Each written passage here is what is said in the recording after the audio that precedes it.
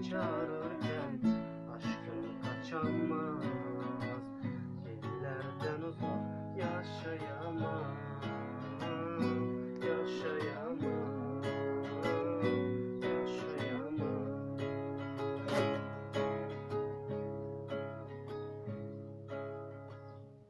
Senin olsun ömrüm al ama şimdi saklanmalıyız.